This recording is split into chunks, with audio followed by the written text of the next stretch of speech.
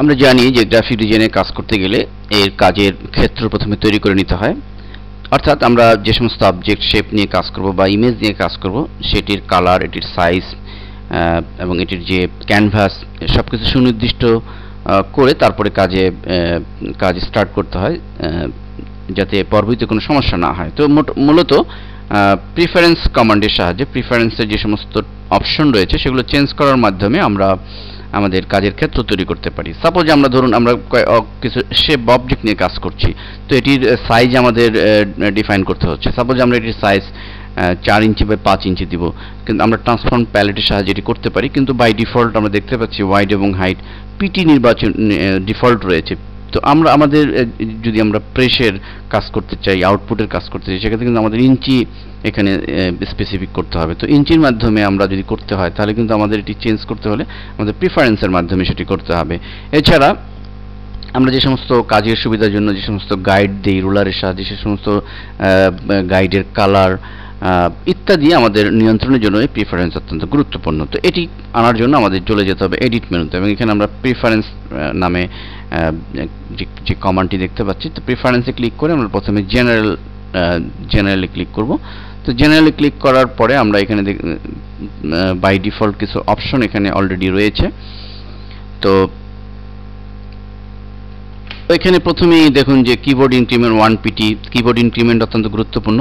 এটির মাধ্যমে কিন্তু আমরা কোনো অবজেক্টকে নির্দিষ্ট দূরত্বে মুভমেন্ট করার প্রয়োজন হয়। আমরা যদি এখানে বাড়িয়ে বা কমানোর প্রয়োজন হয়, ইঞ্চি অনুযায়ী যদি আমাদের মুভমেন্ট করার প্রয়োজন হয়, সেক্ষেত্রে কিন্তু আমাদের এগুলো আমাদের এই অপশনগুলো চেঞ্জ করে নিতে হবে। এছাড়া আমরা এখানে ডিফল্ট কিছু অপশন চেকবক্স টিক চিহ্ন দেওয়া রয়েছে। আমরা যদি আমাদের ইচ্ছামতো এটি নিয়ন্ত্রণ করতে চাই তাহলে আমাদের এই নির্দিষ্ট চেকবক্স আমাদের টিক চিহ্ন দিয়ে আমাদের কাজ করতে হবে। অথবা কেউ এই সমস্ত চেকবক্সে উল্টো পাল্টা কমান্ড দিয়ে যদি বিশৃঙ্খল করে রাখে, সেক্ষেত্রে আমরা রিসেট কমান্ডের মাধ্যমে এটিকে আমরা চেঞ্জ করতে পারি। তো নেক্সট বাটনে ক্লিক করলে আমরা এখানে এর যে টাইপ অপশন রয়েছে, ডিফল্ট অপশন, সেগুলো আমরা চেঞ্জ করতে পারি এর মাধ্যমে। আমাদের নর্মালি এই অপশন যেগুলো রয়েছে সেগুলি আমাদের রাখতে হবে। আবার আমরা নেক্সট বাটনে ক্লিক করলে আমরা এখানে ইউনিটস ডিফাইন করতে পারি। দেখুন অলরেডি পয়েন্ট রয়েছে, যার ফলে আমাদের কিন্তু পিটি শো করে। আমরা যদি ইঞ্চিতে কাজ করতে চাই, যেটা কিনা আমাদের খুবই জরুরি, সেক্ষেত্রে কিন্তু আমাদের এই ইউনিটস চেঞ্জ করে নিতে হবে। আমাদের এই জেনারেলের পয়েন্টে ক্লিক এখানে ইঞ্চি দিয়ে দিব, স্ট্রকও আমরা এখানে ইঞ্চি দিয়ে দিব, টাইপও আমরা এখানে ইঞ্চি দিয়ে দিব। টাইপ অবশ্য আমরা ক্ষেত্র বিশেষে পয়েন্ট দিয়ে দিতে পারি। তো আমরা এভাবে এটি ডিফাইন করার পরে আমরা যদি এই অবস্থায় ওকে বাটন ক্লিক করি, দেখুন আমরা অলরেডি দেখতে পাচ্ছি যে আমাদের ট্রান্সফর্ম প্যালেটের চেহারা চেঞ্জ হয়ে গিয়েছে, অর্থাৎ ওয়াইড হাইট ইঞ্চিতে পরিণত হয়েছে।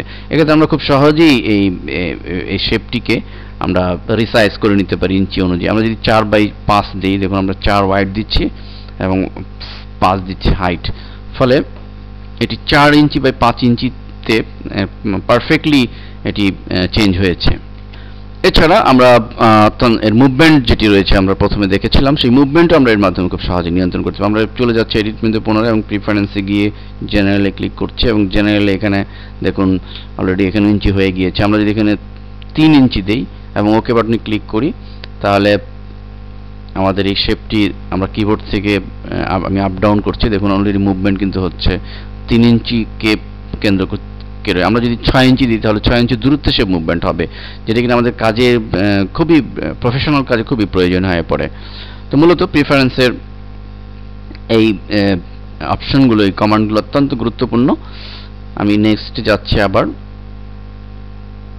এবং এখানে আমাদের আন্ডু লেভেল 5 রয়েছে। আমরা অর্থাৎ 5 পর্যন্ত আন্ডু হবে, কিন্তু আমাদের কাজের ক্ষেত্র অনুযায়ী আমাদের বেশি বাড়ানোর প্রয়োজন হলে এখানে আমরা সেটি স্পেসিফিক করে দিব। এবং এখানের মাধ্যমে আমরা গাইড চেঞ্জ করে দিতে পারি। গাইডের কালার ব্লু রয়েছে, আমরা যদি চেঞ্জ করে অন্য কালার দিই সেটি এখানে দেওয়া সম্ভব হবে। এবং অন্যান্য অপশনগুলো মোটামুটি বাই ডিফল্ট থাকে, এটি চেঞ্জ করার তেমন প্রয়োজন হয় না। তো মনে রাখতে হবে যে যদি আমাদের